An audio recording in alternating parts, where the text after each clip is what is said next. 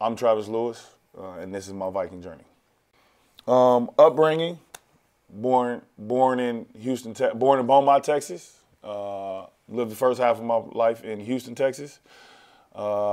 Majority of the back half of my life was in Kalamazoo, Michigan. And don't know my dad. However, have strong father figures in my stepdad and my granddad. My granddad died in 2000, and my stepdad stepped in. My brother's biological dad stepped in to play a strong father figure role. My family, Jeremiah, Jesse, Gerard, Lewis, is my youngest. He's one. Jason, Calvin, Lee Lewis is my middle son. He's the one that is not necessarily named after me. He's named after the person that I'm named after. So when Jeremiah was born, he actually got mad and was like, man, Dad, why ain't I named after you? So I take great pride in being a dad. Travis James Gerard Lewis Jr. is my oldest. He's 12. And then Jessica Nicole Lewis is my wife. So proud father of 3 boys and proud husband of a former student athlete at the University of Michigan. Biggest influence on my life was my mom. A lot of people don't know that my mother was asked to have an abortion when she got pregnant with me. She got pregnant when she was 15, and she said no. And one of the things that makes it so powerful and why she said no, she was offered a scholarship to run track at Princeton or Harvard, and in Texas, track's a big thing. So being in Houston, where Beaumont, where she went to high school, like, man, it was a big thing, and it was to no news that she was pregnant, and she was tough enough to say, no, I made this bed, I'm gonna lay in it. So I'm forever grateful to be here because of her choices. So she becomes my internal driving motivation. I was a walk-on for football at Eastern Michigan University in the Mid-American Conference, and that's unique because by the time my career was over, I was a 2-sport student athlete. I played both football and basketball at Eastern Michigan. I like to say I'm on 7 video games. And I was a 4-year starter for football. I was a 4-year starter or 3-year starter for basketball, despite the odds that I started out as number 42 as a backup wide receiver in 2003. Biggest accomplishment, I think, as a player, ESPN top 10 catch at the Big House against the University of Michigan. While my wife, who's top 10 in scoring history for the women Wolverines, was sitting in the stands, and a couple people who were in the stands or who I was playing against favored her attractiveness. So to be able to accomplish that at Michigan was a big thing. In basketball, my most memorable moment would have been playing against the University of Cal, Berkeley, on ESPN. I was able to make the ticker with a double-double, my red shirt, junior year. So that was exciting. A lot of people were able to tune in, and it was my open door to saying, man, I'm more than just a football player playing basketball, but I was a 2-sport athlete that could contribute both on the hardwood and on the gridiron. First coaching job was at Eastern Michigan. My college coach came to me and he said, Coach, I know you are playing professionally as a basketball player, but I think you'd be a really, really good basketball coach. So I decided to be a GA.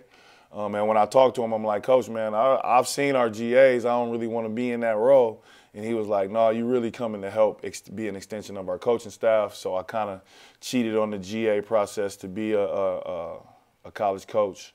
And then my first contract as a college coach, I was an assistant at Owens Community College as a basketball coach and assistant athletic director for compliance. So I was able to learn the rules of the NCAA and what's necessary to be at this level, as well as learn the junior college ropes.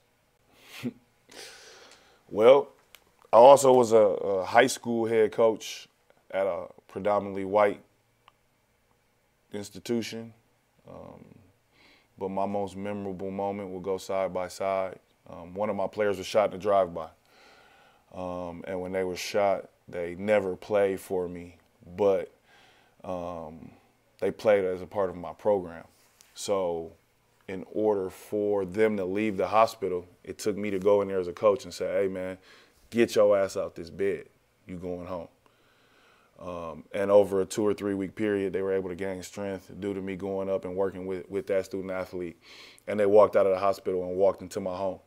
And that's why my wife is so near and dear to me, because she let my passion join our personal life. And that kid lived with me for 3 months before he was able to be fully healthy and be confident enough to go back to his own living environment. And that was a black student athlete.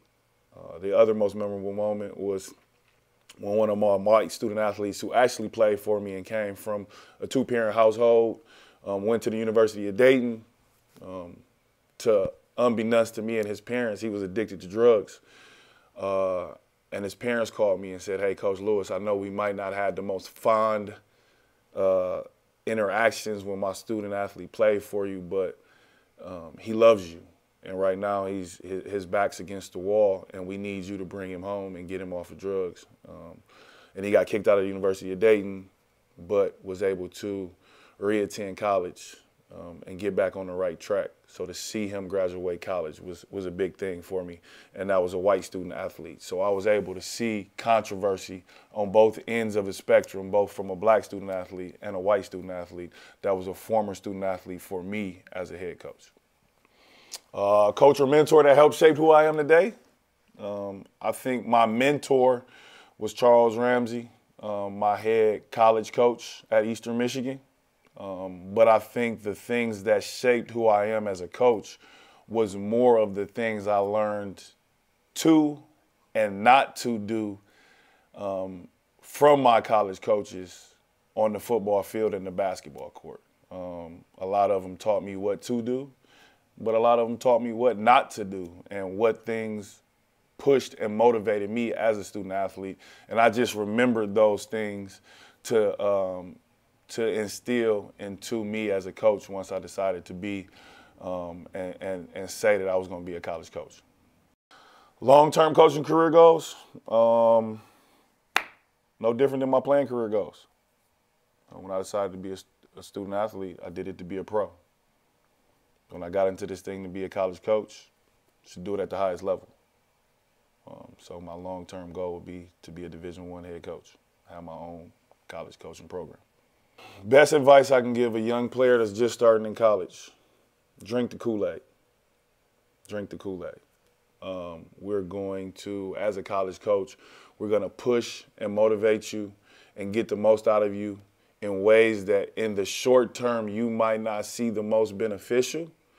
However, in the long term, it's going to be not only what's best for the program, but ultimately in a Danielle Robinson-led program and in a Cleveland State Viking program of what's best for you as a person.